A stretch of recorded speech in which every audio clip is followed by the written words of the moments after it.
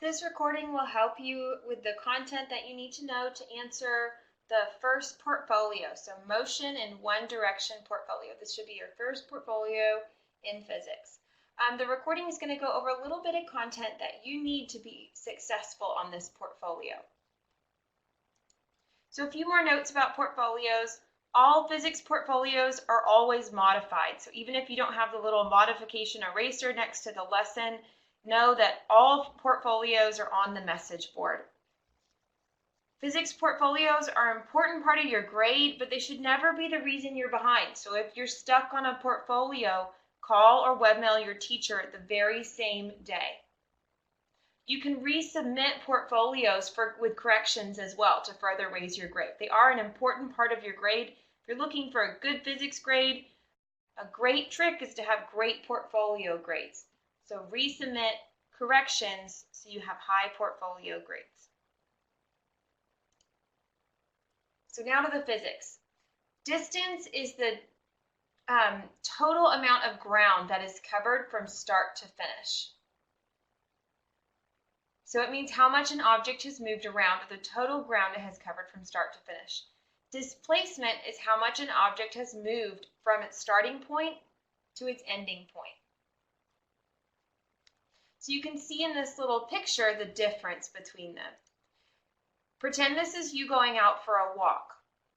You're walking in the park, and the park path, like the sidewalk, kind of winds through the park so that you can see the flowers. Maybe it goes around a little creek or something. So you're walking around the park, and this is the path that you're actually taking.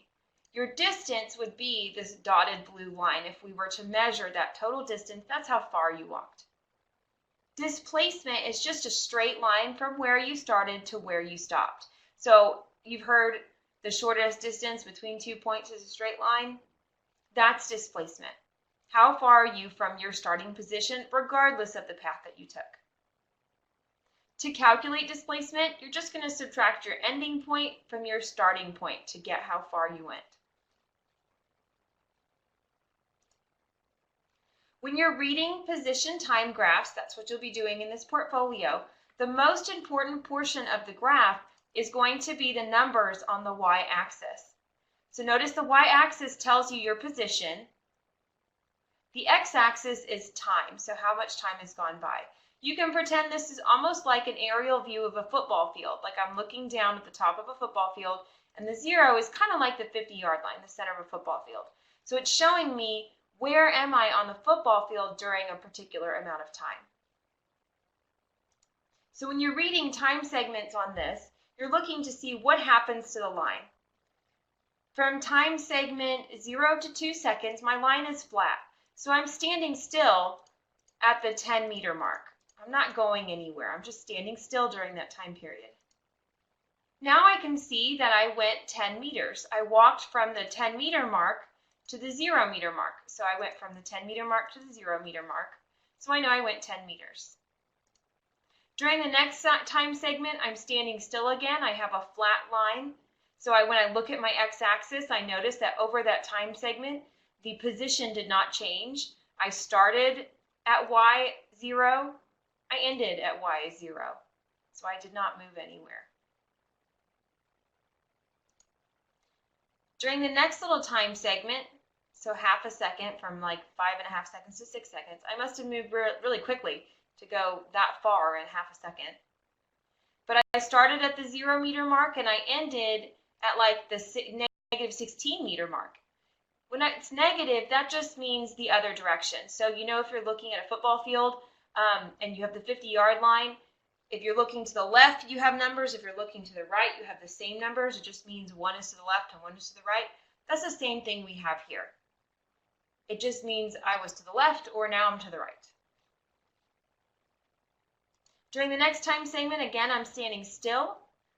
Over that time segment, the y values did not change, so I must have stayed in the same spot. So now I walk back my 16 meters. My y values did change this time, so I just look at what they changed to. And over the last, I traveled 14 meters. So I started at 0 during that time segment, and I ended at about 14. The questions in the portfolio will ask you for both the distance and displacement. So let's first look for the distance for this graph.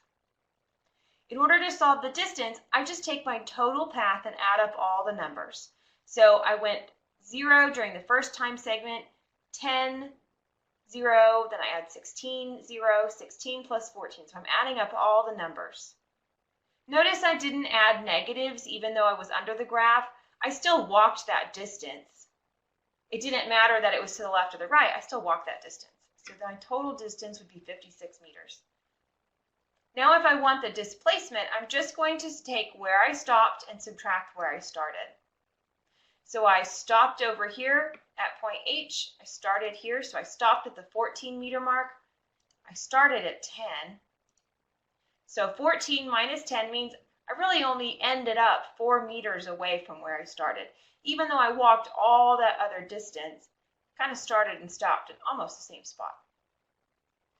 So you can see distance and displacement are very different numbers. So be careful what the question's asking you for, either distance or displacement. They're not the same thing. So going back to your portfolio, average velocity is the total displacement divided by the total time it took. Instantaneous velocity is the slope of the line at any point on the graph. So here's the equation for slope of a line. Really, it's rise over run. You can think about the difference between average velocity and instantaneous velocity like this. Pretend I'm driving to Austin, and I got there really fast, so I could say, oh yeah, I drove like 75 miles an hour the whole way. That would be considered my average velocity. I didn't actually go 75 miles. I mean, I had to stop somewhere for a red light or something. Maybe I had to slow down because there was a little bit of traffic in front of me, but my average velocity was 75 miles an hour. That's what I felt like I went most commonly. Instantaneous velocity would be like if I glanced down at my speedometer at any given time. So at any point during my trip, was I going 60? Was I going 0? Maybe I stopped at a stoplight. Was I going 30 because the car in front of me, I don't know, was going really slow? So instantaneous velocity is like velocity at that moment. Average velocity is the velocity over the entire time. So the graphs, the time, position versus time graphs, the shape of the slope can give you some information about the motion of an object. So if you have a flat line like this, it means you're not moving. So if I look at my y value, over time I see that my distance, my y value is not changing, so I must be standing in the same spot, seeing my y value is remaining the same the entire time. If I have a nice straight slope like this, it can slope either up or down, it doesn't matter, as long as it's a flat, like nice straight line. It means I'm moving with a constant velocity. So my distance and time is constantly changing at the same rate, meaning like I'm going 30 miles an hour in my car, not speeding up or slowing down. I got cruise control on. I'm just going 30 miles an hour. Nothing else is happening. If you see a curve in your graph, that means you are either speeding up or slowing down. So in this graph, I see that my slope is getting less and less, so I'm slowing down. The slope of the line will tell me how fast I'm going, and I notice that my line starts out slopey, and if you're unsure, take a piece of paper and hold it up to your screen at the point where my green arrow is to get a slope. And now take that same piece of paper and hold it up against the line where my green arrow is now. You can see now that your piece of paper is a little less slopey than it was before. So that means I was slowing down because my paper or my line is getting less slopey. On this last one, this shows me speeding up. So I start with my line it's very shallow. I'm not very slopey at all. So I'm going really slow. And my line gets slopier and steeper and steeper and steeper, meaning I'm going faster. The steeper your line, the faster you're going. The flatter your line, the slower you're going. So that shows me speeding up.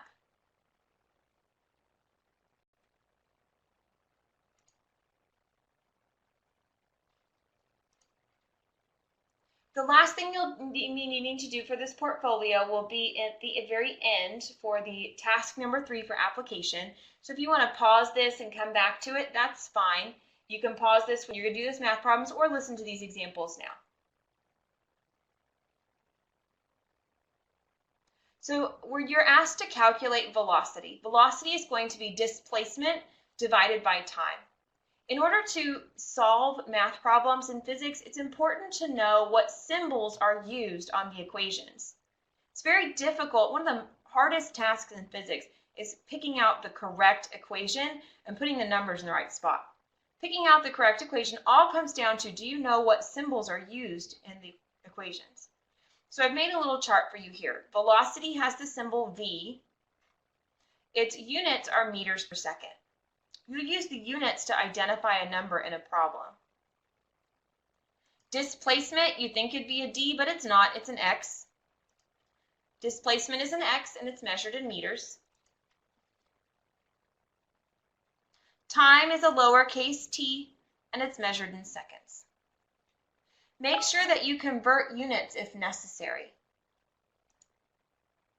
So for example, a snail can move at a velocity of 0.8 meters per second. At this rate, how far can a snail travel in 2.5 minutes?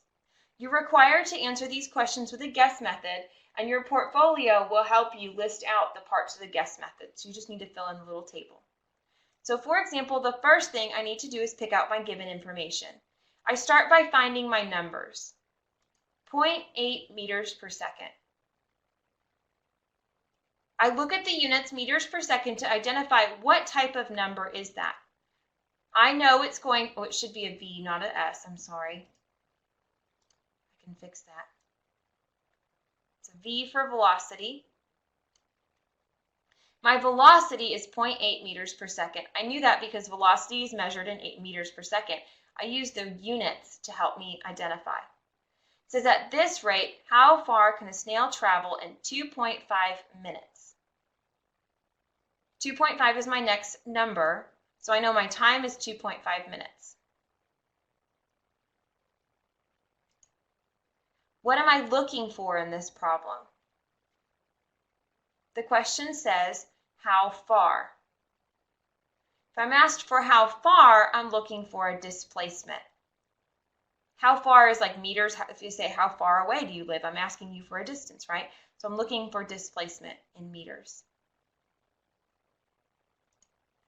But wait, we can't do our math yet because the units don't match. You can look here, meters per second, and my time is currently measured in minutes. I can't do math with seconds and minutes. It all has to match. So we need to convert 2.5 minutes to seconds. In order to do that, I know there are 60 seconds in 1 minute, so I could just multiply 2.5 minutes times 60 seconds. That's going to be 150 seconds. If you need help with converting, please reach out to your teacher for more help. Now that so I can cross this off altogether, I'm not going to use that. Now that my units match, I'm ready to move ahead and solve my problem. The equation I'm going to use will be velocity equals displacement divided by time. Now that I've labeled my numbers, putting them in the right spot is a little bit easier. I just have to match. In my equation where it says V, I'm going to put 0.8. I don't know my X, that's my unknown, and where it says T, I'm going to put 150. The last step of the guess method is to solve using algebra as needed. So in this, I need to get X by itself. To move the 150, seeing it's currently being divided, I'm going to multiply both sides by 150 to make it go away, so it'll cancel out on this side, so times 150. That means I'm going to come over here and I'll multiply this side by 150. Remember, when you're doing your algebra, you're going to do the opposite. If it's divided by 150 right now, that means I want to multiply both sides by 150. So 0.8 times 150 gives me an answer of 120. You are required to use the guess method or to fill in that table as you answer the questions on your portfolio. If you need help, please reach out to your teacher.